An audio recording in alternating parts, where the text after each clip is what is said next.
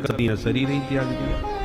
अरे ऐसी क्या बात हो गई जो सती को शरीर त्यागना पड़ा? थोड़ा विस्तार से कथा सुनाओ। बोले सुन लो। दक्ष को जब प्रजापति बनाया ब्रह्मा जी ने, तो पद पर बैठते ही मद तो थोड़ा आ ही जाता है। कुर्सी में अलग ही गर्मी होती है महाराज। जब तक कुर्सी नहीं मिली तब देखो इनकी भाषा कितनी मीठी होती है। अरे सब आप आशीर्वाद दीजिए, दादाजी, काका जी, मामा जी, फूफा जी, सबरे रिश्तेदार निकाल लेंगे। और जहां आपका आशीर्वाद से बलशाली बन करके कुर्सी प्राप्त कर लिए, फिर हम तो हमारा कितने भी चक्कर लगाओ पहचानेंगे भी नहीं कौन कहां का। कुर्सी का चमत्कार है। दक्ष को भी गर्मी आ गई। अच्छा, कुर्सी जितनी ऊंची होती है उतना ही गर्मी ज्यादा होती है। प्रजापति का पद कोई साधारण पद नहीं होता। सोचिए कितना बड़ा है, जरा ध्यान लगाइए। मनुष्यों में सर्वाधिक सुख समृद्धि होती है चक्रवर्ती सम्राट की। सम्राट के महलों में सारे सुख होते हैं। सम्राट को इस मृत्युलोक में जितने सुख प्राप्त होते हैं उससे 100 गुना अधिक पितृलोक में पितरों को प्राप्त होते हैं। पितरों को जितना सुख प्राप्त होता है उससे 100 गुना अधिक गंधर्व लोक में गंधर्वों को प्राप्त होता है। गंधर्वों को जितना प्राप्त होता है उससे 100 गुना अधिक स्वर्ग में कर्म देवों को प्राप्त होता है। देवताओं की भी श्रेणियां होती हैं। कर्म देव माने आपने बढ़िया बढ़िया कोई शुभ कर्म किए हैं तो पुण्य के बल पर आप देवता बन जाते हैं, स्वर्ग में जाते हैं, उनको कर्म देव कहा जाता है। उनको सारी सुविधाएं मिलती हैं। पर कर्म देवों को जितना सुख प्राप्त होता है उससे 100 गुना अधिक देवराज इंद्र को प्राप्त होता है, जो देवताओं के राजा है। और देवराज इंद्र को जितना सुख प्राप्त होता है उससे 100 गुना अधिक प्रजापति को प्राप्त होता है, जिस पद पर दक्ष बैठे हुए हैं। और उससे भी 100 गुना अधिक प्रजापति को जितना मिलता है उससे 100 गुना अधिक ब्रह्मलोक में ब्रह्मा जी को प्राप्त होता है। तो ये सुख की भी श्रेणियां होती हैं। जैसे पुलिस वाले बन गए तो एक सीमित आपको साधन मिलेंगे। अब पुलिस वाले में अब दरोगा जी बन गए तो आपकी सुविधाएं थोड़ी और बढ़ जाएंगी, बंगला बढ़िया मिल जाएगा। टीआई बन गए, एसपी बन गए तो और जोरदार सुख सुविधाएं आपकी बढ़ गई। तो जो सुख सामग्री बढ़ जाती है उस पद के अनुसार बढ़ती है, जितना ऊंचा पद। तो प्रजापति का पद बहुत बड़ा था। उस पद पर पहुंचते ही दक्ष के स्वागत में सारे देवी देवता उपस्थित हो गए सभागार में। और दक्ष ने जब सभा में प्रवेश किया तो सभी देवताओं ने खड़े होकर अभिवादन किया, आइए आइए महाराज, स्वागत है। पर तीनों देव खड़े नहीं हुए, ब्रह्मा विष्णु महेश।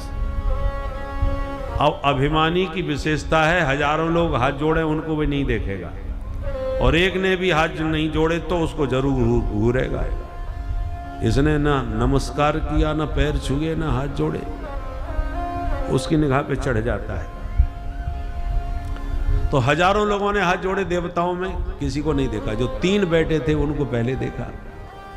तो पहले नंबर पर ब्रह्मा जी दिखाई पड़े। अरे ये तो हमारे पूज्य पिताजी हैं।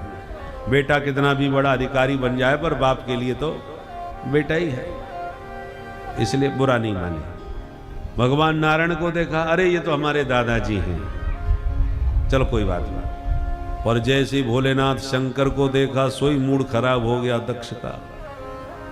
इस शिव को तो मैंने अपनी बेटी सती ब्याही है, तो मैं तो इसका ससुर हूं। ससुर का स्थान तो ऊपर होता है भाई। फिर इसने खड़े होकर मुझे प्रणाम दंडोत क्यों नहीं किया? हर क्षेत्र में अलग अलग रीति रिवाज होते हैं ना। कहीं ससुर दमाद के पैर छूते हैं तो कहीं दमाद ससुर जी के भी पैर छूते हैं, कहीं देवर भाभी के तो कहीं भाभी देवर के भी पैर छूते हैं। ऐसा होता है। कहीं भांजे मामा के पैर छूते हैं, कहीं मामा भांजे के पैर छूते हैं। तो ससुर का पद तो ऊंचा होता ही है, पत्नी के पिता हैं।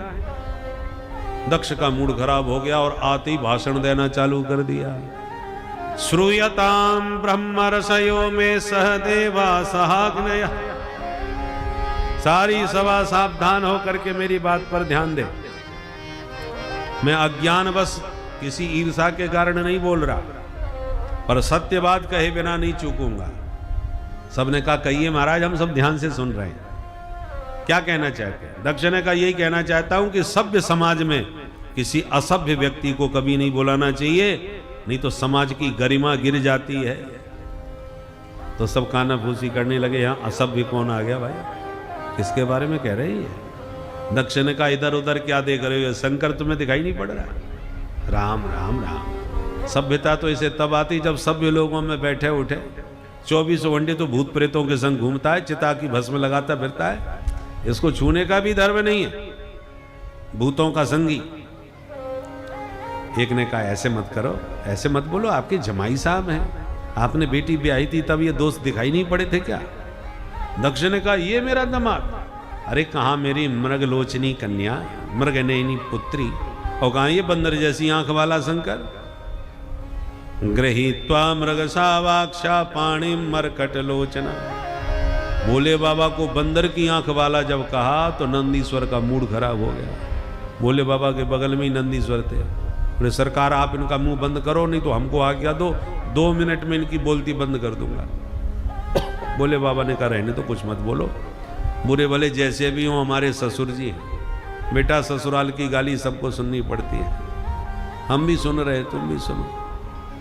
नंदीश्वर बेचारे चुप हो गए, क्योंकि ससुराल वाली बात है तो हम बीच में कैसे बोले। परंतु दक्ष का क्रोध बढ़ता ही चला जा रहा है। आप किसी को गाली दो तिल मिला के क्रोध में, और सुनने वाला बिल्कुल शांत होकर के सुने तो और ज्यादा मूड खराब होता है कि कोई फर्क ही नहीं पड़ रहा इस पर। गाली देते देते जब शंकर जी कुछ नहीं बोले तो शाप ही दे दिया दक्ष ने। मैं इस शिव शंकर को शाप देता हूं, आज के बाद किसी भी यज्ञ में इसको भाग न दिया जाए।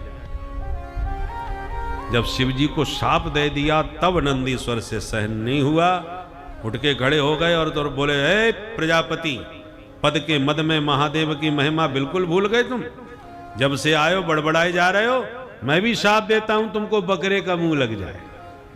तो दक्ष के पक्ष में भृगु जी उठ के खड़े हो गए।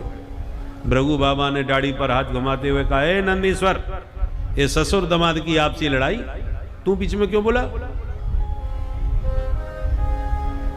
मैं भी शाप देता हूं शिव जी के गण सब पाखंडी हो जाए। तो सारे शिव गण उठ के खड़े हो गए, हे बुढ़े बाबा, हमको पाखंडी बोलता है? हम भी शाप देते हैं तेरे जैसे चाटुकार ब्राह्मण भिखमंगा बन जाए, सर्वभक्षी हो जाए। भोले बाबा ने देखा ये स्वागत समारोह हो रहा है या शाप समारोह हो रहा है? सब एक दूसरे पर बरस रहे, तुम ये हो जाओ तुम वो हो जाओ, और सब गड़बड़ हमारी वजह से हुआ है, तो चलो हम ही यहां से घिसक जाते हैं। तो भोले बाबा तुरंत अपने गणों को शांत करके वहां से अपने कैलाश पर्वत को प्रस्थान कर गए। मामला वहीं पर शांत हो गया।